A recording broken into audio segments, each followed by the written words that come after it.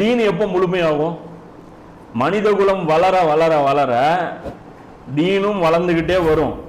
அப்போ தீன் எங்க முழுமையாகணும்னா அது அல்லாஹ் பார்த்து எங்க போகுதுன்னு நிறுத்துறானோ அதுதான் முழுமை.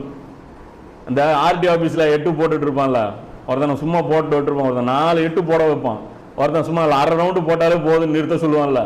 அது அல்லாஹ் தான் டிசைட் பண்ணுவான் எது வரைக்குமான 8 போடுறது போதுன்ட்டு.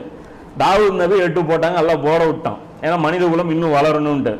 சுலைமான் நபி வந்து போட்டாங்க, மறுபடியும் போட விட்டான். ஏன்னா அப்பவே நிறுத்திருந்தாங்கன்னா சொர்க்கத்தில் எல்லா பதவியும் அவங்களுக்கு தான் கிடைச்சிருக்கும். சொர்க்கத்தில் அல்லாஹ்வுடைய செல்ல பிள்ளைகள் அவர்கள் தான், மறுமையில் பரிந்துரை அவங்களுக்கு தான், சொர்க்கத்தில் பெரிய அந்தஸ்து அவங்களுக்கு கிடைச்சிருக்கும். அல்லாஹ்வுடைய தீனை வந்து அவங்க நிலைநாட்டி காமிச்சிருப்பாங்க, வேலை முடிஞ்சிருக்கும். ஆனால் அல்லாஹ் என்ன நினைச்சான்?